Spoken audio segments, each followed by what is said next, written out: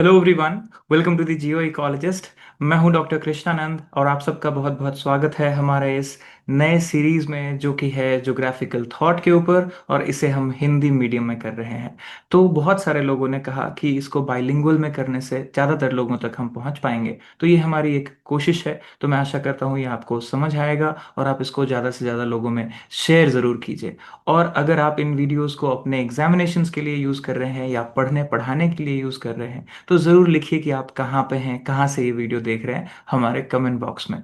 तो आइए आज के इस वीडियो में हम लोग सीखेंगे the contributions of Chinese scholars in geographical thought. अब चाइनीज स्कॉलर्स के बारे में बहुत ज़्यादा जानकारी बहुत जगह पे नहीं है, लेकिन जितनी भी जानकारी हमने इकट्ठा कर पाए हैं हमने इसको यहाँ पे कोशिश की है इस लेक्चर में आपको देने की। इसमें इंपॉर्टेंट चीज़ें होंगी, थोड़ा हिस्टोरिकल थोड़ा ज्योग्राफिकल, हम एक कॉम्बिनेशन बना के समझने की कोशिश करेंगे कि चाइनीज पीपल का उनका स्कॉलरशिप कैसे आया और किस तरीके से उनका कंट्रीब्यूशन है और वो ज्योग्राफी में क्यों सिग्निफिकेंट है। तो इस वीडियो को आखिरी तक जरूर देखिए। और अगर आप हमारे पेड कोर्सेज लेना चाहते हैं जो कि यूपीएससी ज्योग्राफी ऑप्शनल से रिलेटेड है, यूजीसी नेट एग्जाम से है, सीयूईटी और असिस्टेंट प्रोफेसर एग्जाम से है, तो हमारे वेबसाइट thegioecologist.com पे जा सकते हैं। और अगर आपको ये यूट्यूब लेक्चर्स को पीडीएफ के फॉर्म में, ई बुक्स के फॉर्म में डाउनलोड करना है, तो आप हमारे वेबसाइट geographyebooks.com पे जा सकते हैं। और दोनों वेबसाइट की जानकारी हमारे डिस्क्रिप्शन में आपको मिल जाएगी, तो आप वहां से लेके अपने लिए इसको पढ़ सकते हैं, इस्तेमाल कर सकते हैं। और ध्यान रहे कि अगर आप हमारे इन वीडियोस को शेयर कर रहे हैं तो कोशिश करिए कि लोगों तक बताइए कि ये वीडियोस आपके लिए रिवीजन के काम आएगी, ये पूरे प्रिपरेशन के लिए, कंप्लीट नॉलेज के लिए नहीं है। तो ये शॉर्ट वीडियोस हम बना रहे हैं ताकि आपको कम समय में पूरी जानकारी का एक तरीके से रिवीजन हो जाए, ये इसका पर्पस है। और डिटेल प्रिपरेशन के लिए हमारे कोर्सेज हैं वेबसाइट के ऊपर। तो आइए सीखते हैं contributions of Chinese scholars in geographical thought.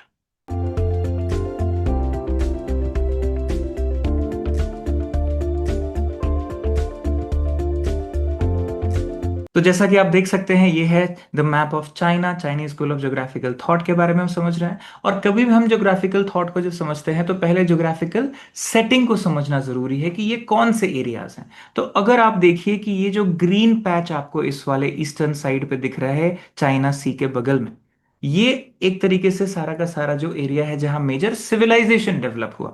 और बाकी जैसे आप यहां से वेस्टवर्ड जाएंगे तो आपको ड्राइनेस बढ़ता हुआ दिखेगा, माउंटेन मिलेगा, प्लेटू मिलेगा। तो कुनलुन माउंटेन्स, टिबेटन प्लेटू, उसके बाद तकलीमकान डेजर्ट है, तियानशान माउंटेन्स है, एल्टाई माउंटेन्स है, मंगोलियन प्लेटू है। तो एक तरीके से ये जो हाईलैंड्स है, ये एक तरीके से इसको क्या करता है, वेस्ट से कट ऑफ रखता है। फिर यहाँ हिमालयन रीजन है तो इसको साउथ से कट ऑफ रखता है। और पूरी तरीके से आप देखेंगे कि यहाँ पे जितने भी रिवर हैं, उसमें खास करके हुआंग हो रिवर जो है, इसके एरिया में आप देखिए ये पूरा पूरा सिविलाइजेशन यहाँ पे डेवलप होता है। तो लोकेशनल सेटिंग देख के इतना समझ में आता है कि बड़ा प्रोटेक्टेड सा एरिया है ये पूरा का पूरा नदर्न चाइना प्लेन, जहां पे इनकी सिविलाइजेशन डेवलप हुई। जो हर्थ ऑफ सिविलाइजेशन बोलते हैं कि दुनिया में कुछ ऐसे जगह है जहां पे रिवर वैली सिविलाइजेशन डेवलप हुई। ब्रोंज एज सिविलाइजेशन की जब हम बात करते हैं तो चाइनीज सिविलाइजेशन की भी बात करते हैं, या येलो रिवर सिविलाइजेशन की हम बात करते हैं, तो यहीं से इनका नॉलेज बेस शुरू होता है। राइट। तो क्योंकि ज्योग्राफी एक बहुत डिस्टिंक्टिवली इंटरेस्टिंग सब्जेक्ट मैटर है जो कि लोकेशन से शुरू होती है, तो आप देखेंगे कि इन एरिया से जो चीजें निकल के आई और वो फिर बाद में सिल्क रूट के माध्यम से, ट्रैवल के माध्यम से लोग आए गए और इससे और ज्यादा दुनिया तक पहुंची और उनको भी चीजें मिली और हमें भी उनसे चीजें सीखने को मिली। तो ये आप देखेंगे।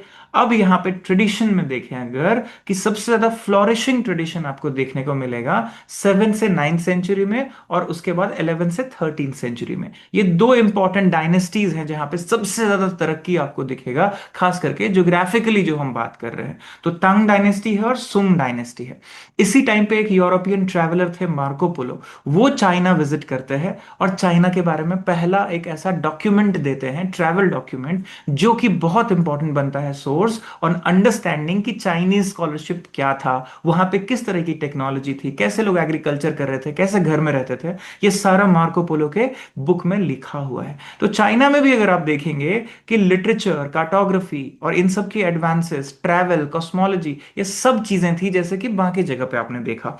तो पहली चीज समझिए इसको कि कैसे आसानी से हम चाइनीज स्कॉलर्स के कंट्रीब्यूशन को पढ़ सकते हैं। तो आप देखिए 1970 में नीधम और वांगलिंग ने एक किताब लिखी।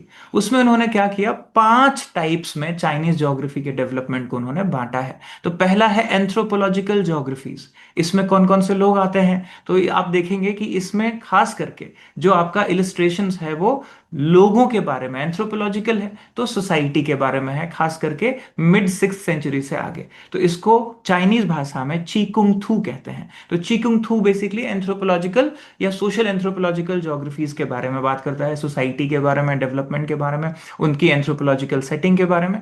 फिर बात करते हैं दूसरा part, descriptions of folk customs, local customs. तो साउथ ऑफ चाइना, इसको बोलते हैं फेंगथूशी। ये बेसिकली फेमिलियर रीजन है जो साउथ ऑफ चाइना है, वहां पे जो लोग थे उनके क्या कस्टम्स थे, कल्चर थे, तो कल्चरल ज्योग्राफी, सोशल ज्योग्राफी के बारे में है। फिर आता है तीसरा पोर्शन, हाइड्रोग्राफिक ब्रुक्स। अब इसमें देखिए आप कि कोस्टल एरिया का डिस्क्रिप्शन है, वाटरवेज है, रिवर इनलैंड वाटरवेज जो है वो है। तो इसमें आप शुइचिंग की बात देखते हैं जो कि वाटरवेज क्लासिक है, राइट। सुइशिंग की जो काम है वो वाटर बेस क्लासिक की बात है। अब लोकल टोपोग्राफी, गजेटियर जो ब्रिटिश ने बनाई, वो आपको देखने को मिलेगा। तो हिस्टोरिकल ज्योग्राफी ऑफ सेजुआन जो है यहाँ पे आपको देखने को मिलता है, राइट। इसका नाम है हुआयांग कुओची। ये सारे के सारे मैंड्रिन नेम्स हैं जो आप देख सकते हैं। ये 4th सेंचुरी AD ऑनवर्ड्स आपको ये हिस्टोरिकल डॉक्यूमेंट मिलेगा। फिर geographical encyclopedia, right, compiled from chin dynasty. आप देखिए 3rd और 4th सेंचुरी AD ऑनवर्ड्स, ये जैसे स्ट्रैबो ने लिखा था 17 वॉल्यूम्स, उस तरीके का ये इंसाइक्लोपीडिया है। तो इन सब सोर्सेस से हमें ये सारा का सारा नॉलेज मिलता है। अब बात करते हैं कि फिलोसॉफिकल फाउंडेशन क्या था चाइनीज ज्योग्राफी का। तो फिलोसॉफिकल फाउंडेशंस में अगर आप देखेंगे तो सबसे पहले कन्फ्यूशियस की बात आती है, कन्फ्यूशियनिज्म कहते हैं। इन्होंने एथिकल रिलेशनशिप पे जोर दिया कि ह्यूमन और नेचर के बीच जो इंटरेक्शन है वो बहुत एथिकल है। इसको आप देखेंगे ह्यूमैनिटी के लिए जो कोर चीजें हैं वो बताई गई हैं, living in sync with nature, harmony with nature, right, हम उसी कॉस्मोस का हिस्सा हैं, ये सारी बातें ये कहते हैं। फिर ताओइज्म बहुत फेमस है, दाओइज्म या ताओइज्म कहते हैं। ये भी उसी हार्मनी और फ्लूइडिटी इन नेचर की बात करते हैं, और कहते हैं कि इन्फ्लुएंसिंग स्पेशियल अंडरस्टैंडिंग, आपका जो चाइना का या लोकेशन का स्पेस का जो अंडरस्टैंडिंग है वो नेचर के हार्मनी के साथ जुड़ा हुआ है, बैलेंस के साथ जुड़ा हुआ है। तो ऑब्जर्वर और ऑब्जर्व्ड का जो कॉन्सेप्ट है ये बड़ा इंटरेस्टिंगली ये ताओइज्म में भी बताया गया है। फिर बुद्धिज्म का जब आप देखेंगे तो इनके आइडियाज हैं जो कॉस्मोलॉजिकल आइडिया है और एग्जिस्टेंस के ऊपर और अर्थ और सेलेस्टियल रेल्म्स के ऊपर, ये सारे इनके मेजर फिलोसफिकल फाउंडेशंस हैं। इसी आधार पे आप देखेंगे कि चाइनीज अंडरस्टैंडिंग बनती है चाइनीज थिंकर्स की। और इन्होंने प्रायोरिटाइज किस चीज को किया, जो एरिस्टोटल ने कहा था गो एंड सी, तो इन्होंने भी इंपिरिकल ऑब्जर्वेशन पे काम किया, प्रैक्टिकल एप्लीकेशन पे काम किया, जाके देखा, एक्सप्लोर किया और फिर थियराइज किया। फर्दर आप देखेंगे कि अर्ली चाइनीज ज्योग्राफिक लिटरेचर और उनका क्लासिफिकेशन कैसा है। तो आप अगर देखेंगे तो ये जो कोर और पेरिफेरल बेल्ट है चाइनीज सिविलाइजेशन का, इसमें आप देखिए जिया, शांग, जू, ये जितना बेल्ट है इसमें बहुत सारा डेवलपमेंट आपको मिलता है लिटरेचर में। तो यूकुंग जो है वो आप देखिए 5th सेंचुरी BC का, ये डिटेल्ड सर्वे है किसके बारे में, सॉइल के बारे में, water resources, 9 province of ancient China, ये सारा का सारा आप देखिए कहते हैं। फिर आप फर्दर देखिए शान हाई चिंग, ये 4th सेंचुरी BC में काम करते हैं। इन्होंने कंबाइंड ज्योग्राफी एंड मिथोलॉजी, इसको मैजिकल एलिमेंट्स, गॉड्स के बारे में, रेन गॉड के बारे में, जैसे हमारे यहाँ इंद्र देवता है उसी तरीके से वहां पे भी है। तो उन्होंने उन सब चीजों को डॉक्यूमेंट किया। फर्दर आप देखिए तो आपको कॉस्मोलॉजिकल डॉक्ट्रिन जो हम बोलते हैं, तो उसमें 3 इंपॉर्टेंट मॉडल हैं, जो स्पेशल परसेप्शन है कि हम कहाँ लोकेटेड है, राइट।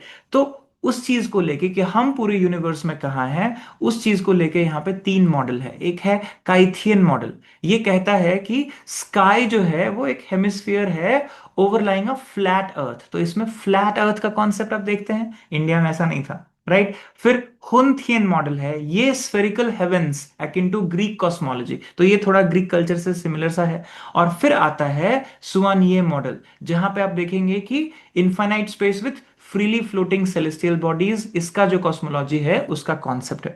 तो यूनिवर्स और सोलर सिस्टम और हमारा अर्थ, इन सब का कॉन्सेप्ट इन्हीं 3 आधार पे चाइना में डेवलप होता है, यही कॉन्सेप्ट है और ये धीरे धीरे इवॉल्व होता है। फर्दर आप देखिए अगर, तो जो हान डायनेस्टी है, इस टाइम पे जब ग्रेट वॉल ऑफ चाइना का सबसे ज्यादा डेवलपमेंट होता है यहां से, तो ये वाला एरिया टाइम पे यहाँ पे सिटी स्टेट्स और ये सारी सिविलाइजेशंस बनती हैं।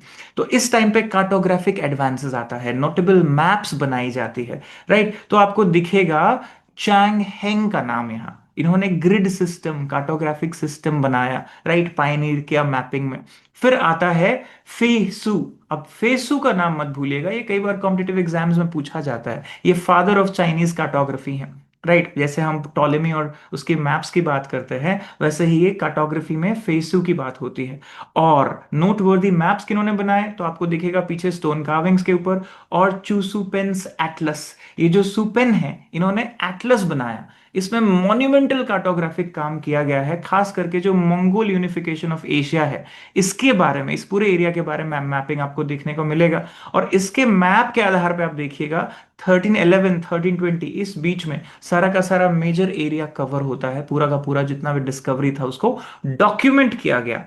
अब बात करते हैं कि ऑब्जर्वेशन, मेजरमेंट, अर्ली सर्वे, ये जो मेथडोलॉजी है आज हमारे कार्टोग्राफी में, ज्योग्राफी का, वहां आप देखिए कि इनका कंट्रीब्यूशन क्या था। तो early weather and population data में भी इनका कंट्रीब्यूशन आप देखिए, ये सारा का सारा AD 2 से लेके 13th सेंचुरी BC तक सारा का सारा सिस्टमैटिक वेदर डेटा और उसका भी आइडिया लेके करते हैं ये। उसके बाद हाइड्रोलॉजिकल एंड इकोलॉजिकल अवेयरनेस, इनके पास हाइड्रोलॉजिकल साइकिल्स के बारे में, environmental impact, biogeochemical cycle, deforestation, erosion, इन सब की स्टडीज में कंट्रीब्यूशन है।